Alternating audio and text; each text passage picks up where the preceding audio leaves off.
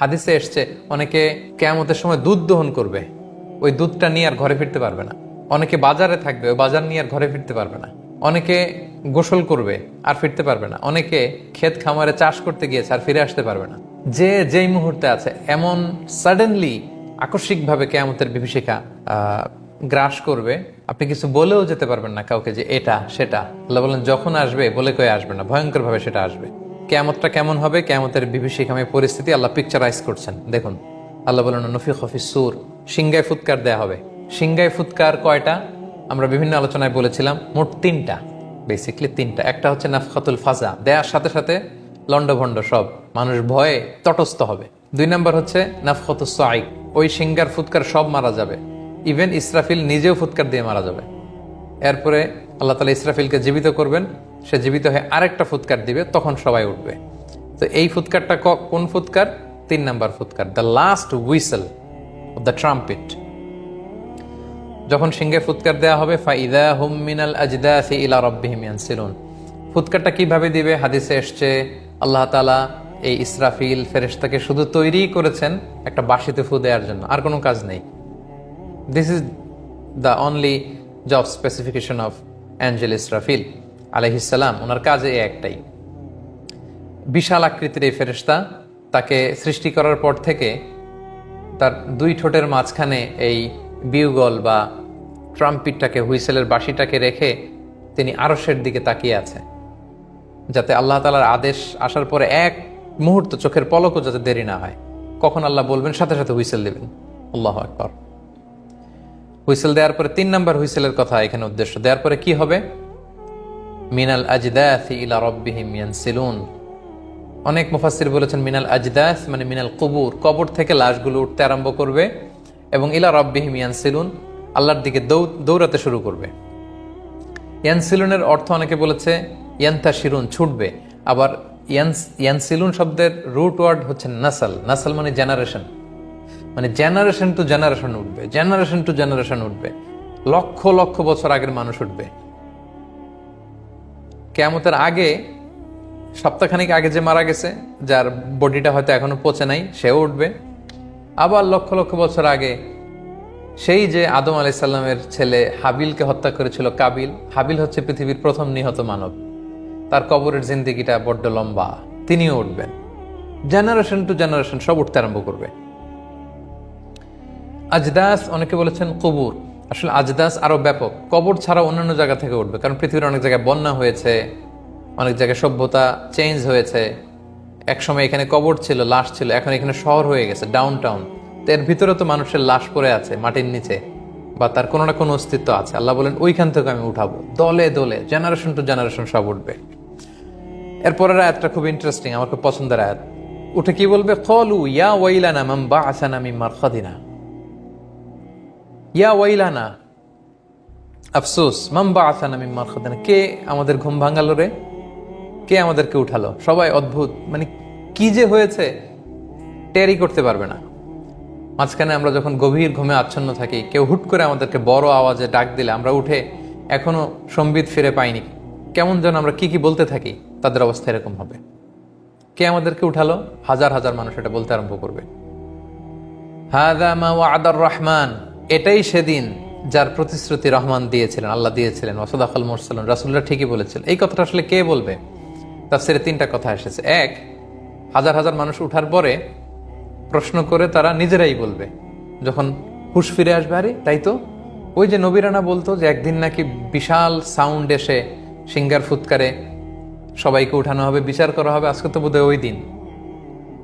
তাহলে কোরআনে যা এসেছিল তা তো ঠিকই, আল্লাহ যা বলেছিলেন তা তো ঠিকই বলেছিল, রাসূলরা যা বলেছিল ঠিকই।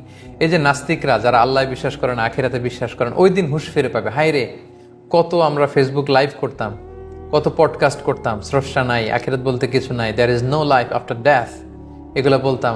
ওই দিন ঘুম থেকে ওঠার পরে নাস্তিকগুলো বলবে, ওহো, তাহলে তো ঠিকই যা যা শুনতাম কোরআনের আয়াতে তাই তো ঘটছে, রাসূলরা যা বলেছিল তাই তো হচ্ছে, আলেমরা স্কলাররা যা বলেছিল শেষমেশ এটাই সত্যি হয়ে গেল। হায় হায়, আমরা তো বিপদে পড়লাম। এই ঘটনাটাই ঘটবে। লক্ষ লক্ষ মানুষ উঠে বলবে, মান বা'আসানা মিন মারকাদিনা হাযা মা ওয়া'দার রহমান ওয়া সাদাকাল মুরসালুন। তাহলে এক তাফসির এসেছে নিজেরাই হুঁশ ফিরলে বলবে, আরেক তাফসির এসেছে একদল বুঝতে পারবে না কি, আরেক দল বলবে আরে এটাই ওই যে কিয়ামত শুনতা কিয়ামত। রাসূলরা যে বারবার বারবার বলতো, দাওয়াত দিত, আলেমরা বারবার বলতো, দাঈরা যে বলতো, স্কলাররা রিমাইন্ডার দিত, আজকে সেই রিমাইন্ডারের বাস্তবতা। আরেক তাফসিরে এসেছে না, ফেরেশতারা বলবে। সব মানুষ পাগলদের মতো হয়ে যখন বলবে কিরে আজকে কে ভাঙালো আমাদের ঘুম, লক্ষ লক্ষ মানুষ হবে মাটি থেকে শুধু উঠছে আর উঠছে, এটা কি? তখন ফেরেশতার উপর থেকে বলবে হাযা মা ওয়া'দার রহমান ওয়া সাদাকাল মুরসালুন, এটাই সেদিন যেদিনের প্রতিশ্রুতি দয়াময় মেহেরবান আল্লাহ তাআলা দিয়েছিলেন এবং নবীরা বলেছিল। ইন কানাত ইল্লা সাইহাতান ওয়াহিদা, এক বিকট চিৎকার, বিকট আওয়াজ সেদিন হবে। ফাইদাহুম জামিউল লাদাইনা মুহদারুন, আল্লাহ বলেন সব মানুষ সেদিন আমার সামনে দাঁড়াবা, আমার বিচার সেদিন শুরু হবে, আমার সুপ্রিম কোর্টের কাঠগড়ায় তোমরা দাঁড়াবা। ফালিয়াউমা লা তুযলামু নাফসুন শাইআ, সেদিন কাউকে কোনো জুলুম করা হবে না। সুবহানাল্লাহ, আল্লাহ তাআলা কারোর প্রতি জুলুম করবেন না। মানে হাউ লাকি উই আর, আমরা কত লাকি যে আমরা এমন স্রষ্টা পেয়েছি, আহকামুল হাকিমিন, আমি তাকে মানি, সেজদা করি, আমার উপরও যেমনি জুলুম করবেন না, আবার নাস্তিক, অবিশ্বাসী, কাফির, কুফফার তাদের উপর আল্লাহ জুলুম করবে না। যতটুকু অন্যায় অতটুকু শাস্তি পাবে। আল্লাহ বলেন ওয়ালা তুজজাউনা ইল্লা মা কুনতুম তা'মালুন, যতটুকু করেছিলে তারই প্রতিদান, রিওয়ার্ড তোমরা পাবে। তাহলে কিয়ামতের বিভীষিকাময় পরিস্থিতি চলে গেল। এবার খুব ছোট্ট করে জান্নাতীদের অবস্থা, ছোট্ট করে জাহান্নামীদের অবস্থা বলে আল্লাহ এই সেকশনটা শেষ করবেন, এবং আমরাও আজকের এই দ্বিতীয় পর্ব শেষ করতে যাচ্ছি। আল্লাহ সংক্ষেপে বললেন এবার শোনো জান্নাতীরা কিরকম থাকবে জান্নাতে। ইন্না আসহাবাল জান্নাতিল ইয়াউমা ফি শুগুলিন ফাকিহুন, ইন্না আসহাবাল জান্নাতিল ইয়াউমা ফি শুগুলিন ফাকিহুন, জান্নাতীরা জান্নাতের ভেতরে উপভোগে ব্যস্ত থাকবে, এন্টারটেইনমেন্টে ব্যস্ত থাকবে, এনজয়মেন্টে ব্যস্ত থাকবে। সুবহানাল্লাহ, কারণ জান্নাত হচ্ছে এনজয় করার জায়গা, এবং এনজয় করার জন্য যত টুলস দরকার, যেরকম এনভায়রনমেন্ট দরকার, সব আল্লাহ রেখেছেন। কিরকম? এই দুনিয়াতে কোন জিনিসগুলো আমাদের এনজয়মেন্ট, এন্টারটেইনমেন্টকে ইন্টারাপ্ট করে? ক্লান্তি। জান্নাতে ক্লান্তি থাকবে না। বার্ধক্য, আপনার বয়স যখন 95, আপনাকে 5-7 স্টার হোটেলে রাখলে, আপনাকে হেলিকপ্টার দিয়ে ঘুরাতে নিয়ে গেলে, আপনাকে দামি দামি নাজ নেওয়া দিলে কিছুই ভালো লাগবে না। 90-95 এর পরে বয়স মানুষ কিছুই উপভোগ করতে পারে না।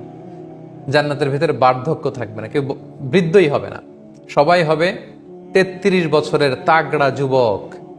রাসূল সাল্লাল্লাহু আলাইহি ওয়াসাল্লাম বলেন আহলুল জান্নাতি জুরদা ওয়া মুরদা, জান্নাতীদের গায়ে কোনো লোম থাকবে না, পশম থাকবে না, সুশ্রী যুবক হবে 33 বছর বয়সের। তাহলে ক্লান্তি নাই, বার্ধক্য নাই। আচ্ছা, এনজয়মেন্টকে ইন্টারাপ্ট করে আরেকটা ব্যাপার, সেটা হচ্ছে সিকনেস। আপনি ট্যুরে গেলেন, সেখানে আনন্দ, খাওয়া দাওয়া, রিসেপশন, ওয়েল রিসেপশন, এন্টারটেনমেন্ট, কিন্তু আপনি অসুস্থ, আপনি কি উপভোগ করতে পারবেন না? আল্লাহ বলেন এজন্য জান্নাত থেকে সিকনেসকে আমি সরিয়ে নিয়েছি, কেউ অসুস্থ হবে না। তাহলে কেউ বৃদ্ধ হবে না, যুবক থাকবে, অসুস্থ হবে না। 3 নম্বর হচ্ছে মৃত্যু। দুনিয়া সব স্বাদ, আল্লাহ, আনন্দকে থমকে দেয় মৃত্যু এসে। আল্লাহ বলে জান্নাতে মৃত্যু থাকবে না। ধবধবে সাদা এক ছাগলের আকৃতিতে মৃত্যুকে আনা হবে, তার গায়ে লেখা থাকবে মিম ওয়াউতা, মৃত্যু। ওই ছাগলকে জবাই করে দেয়া হবে, তার মানে মৃত্যুকে সেদিন মৃত্যু দেয়া হবে। ফেরেশতারা বলবে ইয়া আহলাল জান্নাতি খুলুদুন ফালা মাউত, হে জান্নাতের অধিবাসী, আর মৃত্যু নেই, চিরকাল জান্নাতে থাকো, আনন্দ করো। এভাবে আল্লাহ তাআলা জান্নাতীদেরকে নাজ নেয়ামতের ব্যবস্থা করবেন। হুম ওয়া আজওয়াজুহুম ফি যিলালিন আলাল আরাইকি মুত্তাকিউন, জান্নাতীরা তাদের সঙ্গিনীদেরকে নিয়ে ছায়াপল্লবীর নিচে এরকম সুন্দর সিংহাসনে হেলান দিয়ে বসবে। জান্নাতীরা মুত্তাকিউন। আমরা যখন একটা 5 স্টার হোটেলের গ্রিন রুমে যেয়ে বসি, বা কোনো চমৎকার লাউঞ্জে যেয়ে বসি, সুন্দর চমৎকার সিটিং অ্যারেঞ্জমেন্ট থাকে, চমৎকার সোফা সেট, কুশন থাকে, খাবার থাকে। তো আল্লাহ বলেন যে তারা ছায়াপল্লবীর নিচে এরকম আরাম করে হেলান দিয়ে সঙ্গিনীদের নিয়ে বসবে, এবং লাহুম ফিহা ফাকিহা, অনেক ধরনের ফলমূলের আপ্যায়ন, এন্টারটেইনমেন্ট তাদের থাকবে। ওয়ালাহুম মা ইয়াদদাউন, এক কথা আল্লাহ বললেন যা চাবে তাই থাকবে। ওয়ালাকুম মা তাশতাহি আনফুসুকুম ওয়ালাকুম মা তাদদাউন, যা চাবে তাই। সংক্ষেপ কথা। অনেকে বলে শাইখ জান্নাতে কি এটা থাকবে?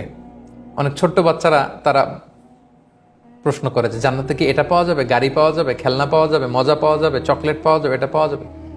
তো সবার প্রশ্নের উত্তর আল্লাহ তাআলা এক বাক্যে দিলেন যে ওয়ালাহুম মা ইয়াদদাউন, তারা যা চাবে, যেটা ডিমান্ড করবে, ডিজায়ার করবে, ওইটাই। মনে চাবে ইস যদি এই ফলটা খেতে পারতাম, ওই ফল গাছ সামনে চলে আসবে। পারতে মন চাচ্ছে না, কাছে চলে আসবে। খেতে মন চাচ্ছে না, মুখে ঢুকে যাবে। আল্লাহু আকবার। এবং দুনিয়ার ফলের মতো না, দুনিয়ার আঙ্গুরে শুধু এক স্বাদ, তরমুজে এক স্বাদ, কিন্তু জান্নাতের এক এক ফলে শত শত স্বাদ থাকবে। সুবহানাল্লাহ বিহামদি। এবং সবাই সেলুট জানাবে, সালামুন কাওলাম মির রাব্বির রহিম, দয়াময় মেহেরবান রবের পক্ষ থেকে সালাম, শান্তি, শান্তির পয়গাম দেয়া হবে। তাহলে জান্নাতীদের কথা শেষ। এবার জাহান্নামীদের অবস্থা কি হবে? আল্লাহ বলেন, ওয়ামতাজুল ইয়াউমা আইয়ুহাল মুজরিমুন, এ পাপাচারীরা আলাদা হয়ে যাও। তারা যখন তাদের আমল নামায় দেখবে যে ভয়ঙ্কর অবস্থা, তারা জান্নাতীদের সাথে মিশতে চাইবে। ফেরেশতারা তাদেরকে আলাদা করে দিবে। আল্লাহ বলবেন, আলাদা হয়ে যাও পাপীরা। আলাম আহাদ ইলাইকুম ইয়া বানি আদম আল্লাহ তা'বুদুশ শাইতান, হে বনি আদম, আমি কি বলিনি শয়তানের ইবাদত তোমরা করো না? ইন্নাহু লাকুম আদুউম মুবিন, শয়তান তোমাদের সুস্পষ্ট শত্রু।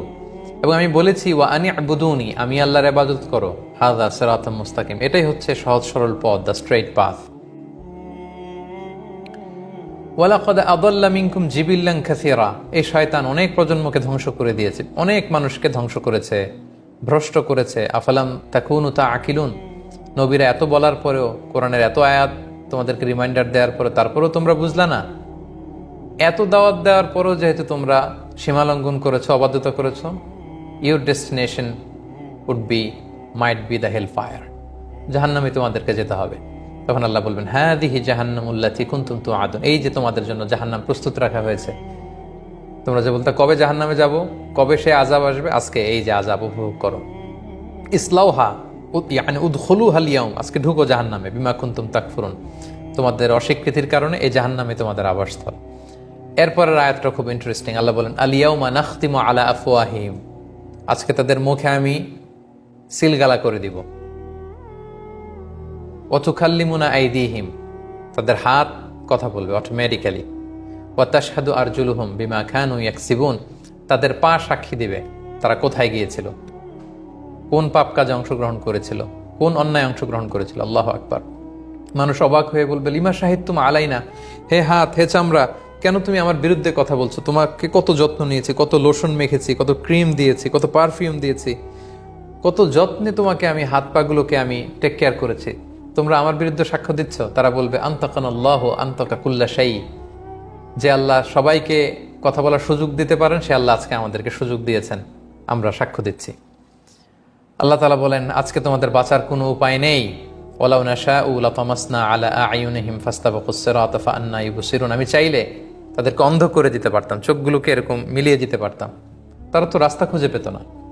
ওয়ালাউ নাশাউ লামাসাখনাহুম আলা মাকানাতিহিম ফামাস্তাতাউ মুদিয়্যান ওয়ালা ইয়ারজিউন, চাইলে তাদের আকৃতি আমি বিকৃত করে দিতে পারতাম, তারা আর ফিরেও আসতে পারতো না, তারা পথও চলতে পারতো না।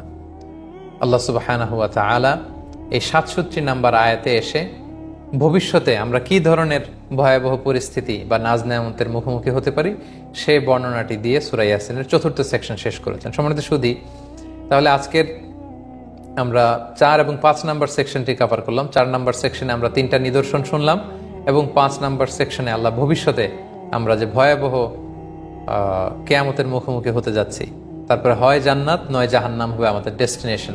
সো আমরা যেন নিজের সাথে নিজে বোঝাপড়া করে রিভাইজ করে, আমরা কি ডান দিকে হাঁটছি না বাম দিকে, আমরা কি সিরাতুল মুস্তাকিমের পথে হাঁটছি না শয়তানের হাতছানি দেওয়া সে জাহান্নামের পথে হাঁটছি। দ্য ডিসিশন ইজ ইয়োর, সিদ্ধান্ত আপনাকেই নিতে হবে। আপনি কি কোরআনের পক্ষে থাকবেন, আপনি কি ইসলামের পক্ষে থাকবেন, নাকি আপনি অন্যায়ের পক্ষে থাকবেন, আপনি ইসলাম বিরোধীদের পক্ষে থাকবেন, আপনি শয়তানের ফলোয়ার হবেন, এই সিদ্ধান্ত আপনাকেই নিতে হবে।